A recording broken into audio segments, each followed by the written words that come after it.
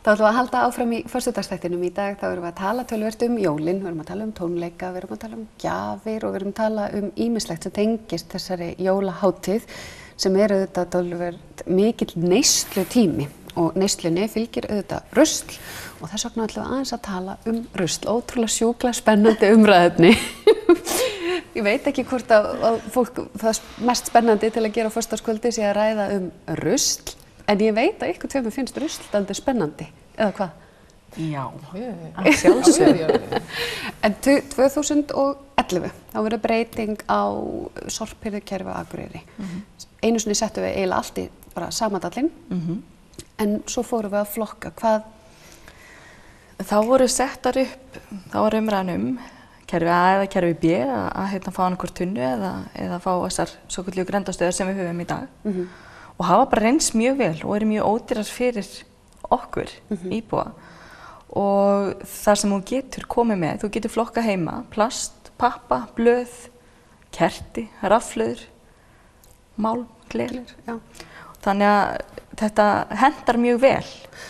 Hvað gerðist eitthvað strax? Fór fólk að flokka mikið strax? Það kom aðeins, en ég hugsa sko að leið, þá gerðist eitthvað, en svo fór að draga úr. Og ég hugsa að það sem bara svona skortur á bæði efni, kynningarefni, fólk svona dalar, maður þarf alltaf að halda þessu á lofti og það kannski það sem við erum núna kannski að gera með tilkomin í skámasvæðis. Það sem að klippikorti valdi svona, það olli pínu svona fjaðrafóki hjá fólki, fólk var svona pínu ekkert voðalega sátt þetta fyrst þetta var að koma og en þegar það fór að nota klippikorti sjálft, þá sá það að við vorum ekkert að reyna hanga fólki. Þannig að fyrir þá sem eru að horfa, kannski allt land, sem þekkir ekki neitt þetta sorphirðukerfi hérna fyrir norðan, því að ég veit að margir norðlendingar fá í magann að fara til dæmis til Reykjavíkur og bara á að henda öll í sama rusladallinn. Þá þetta sem sagt, við eigum að flokka lífrænt og það getum við sett í tunnurnar heima, almennt eins lítið og við getum, plast, pappi, gler, málmar, batteri, kerti og svo reyndar að hægt að telja örugglega enn fleiri flokka, en svona þetta er svona aðalatriðið. Þú flyttur hvað norður 2011? Já. Hvaðan ertu að koma þá? Já, þá ég náttúrulega fæddu upp alveg á Akureyri, þá var ég bara búin að búa bæði fyrir sunnan og erlendis í 12 ár. Og ég svona, þó Sorpa standi vissulega fyrir sínu fyrir sunnan, þá þetta eins og þú segir, það bara, þegar maður búin að venjast því að setja lífrænt í lífrænt og svona, það finnst manni bara óþægilegt. Já. Þú veist, að setja banan í hýðu og allt ofan í sama ruslið og þetta fyllist þetta allt miklu fyrr og þetta er frábært framtak hér í bæ ef við skulum vera að flokka lífrænt og fara með þetta í moltu. Og það er bara maturinn sem við sem sagt bara hendum í lífræna, fer hérna yfir í moltu sem er eins konar verksmiðja sem breytir því í bara... Í raun og veru sko, þetta er bara, hvað maður segja, moltu áburður, þetta er, þú veist,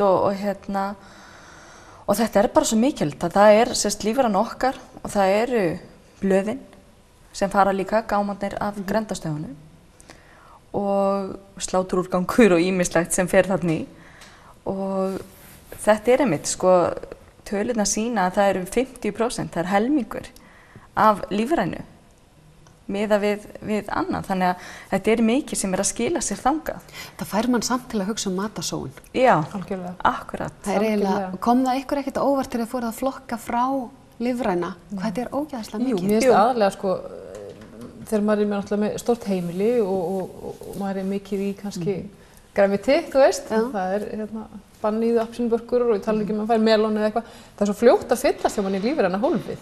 Það er bara þannig.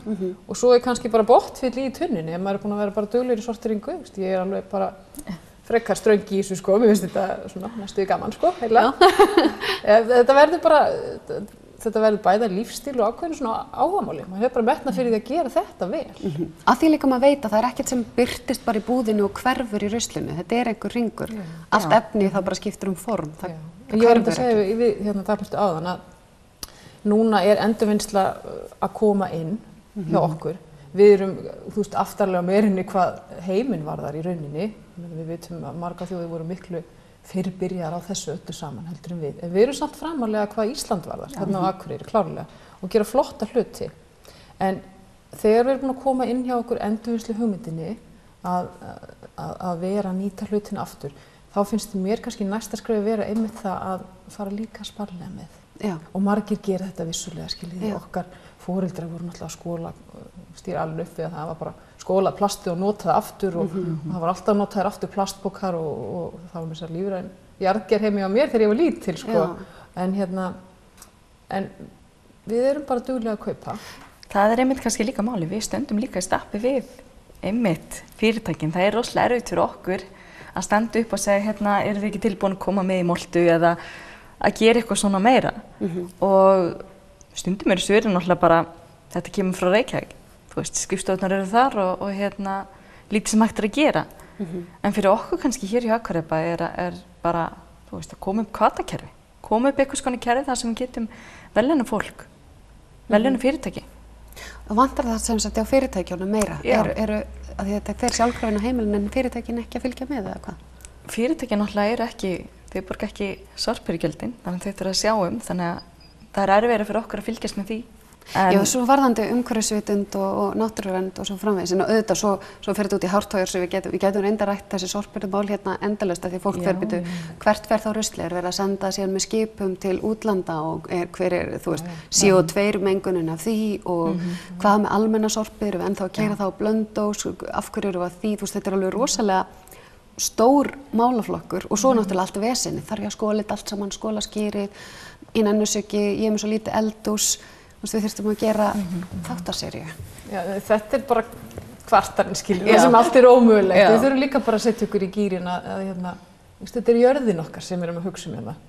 Og þó við séum að flytja rusl út, það kemur kannski að við gerum þetta hér. Þetta bara fyrstu skrefin. Það verið að gera alveg heilmikið hérna í Eyjafirðinum. Þetta bara magnað starf sem unnið hér í fyrirtækjunum. Þannig að þetta að lokum bara spurning hugafar, að bara vera reiðubúin að vera samfélagslega ábyrgur að taka bara þátt í þessu. Ég myndi segja það. Við erum bara með, við erum öll með. Það er bara skemmtilegra og þetta er svo metnaðarfullt verkefni. Gaman að gera það vel. Yndislegt, takk fyrir komuna. Þetta eru pínu pepp ræða hérna fyrir aðvenduna í allri neyslunni. Gaman að fá okkur báða tvær og bara áfram rétta leið.